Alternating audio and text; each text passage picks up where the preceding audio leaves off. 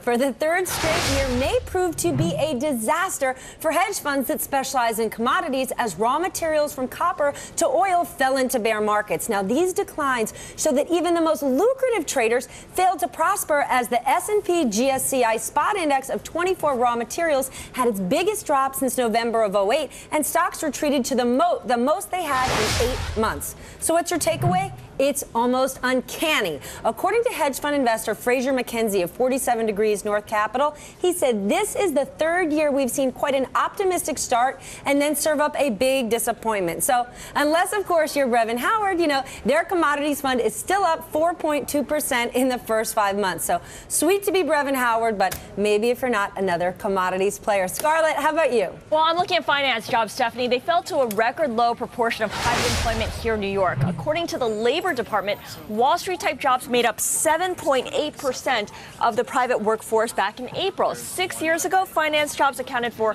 1 out of 11 private jobs, and in 1990, it was 1 out of every 9. Banks began slashing jobs during the financial crisis, and they haven't really stopped. The takeaway? Leverage to the finance sector paid off big for New York City in the glory days. Now that banks are seen as the new utilities, it's no wonder the city is trying to diversify and attract science and technology investment. Erik, what about you? Scarlett, the word for me today, or perhaps 2 words, stimulus denied. The minutes of the Bank of England's last policy meeting show Governor Mervyn King wanted to buy $78 billion more of bonds to bring down UK interest rates, but he and 3 other BOE policymakers were overruled 5-4 2 weeks ago. That's why the bank did nothing, even though the British economy is shrinking and Europe has become what King himself called a black cloud of uncertainty.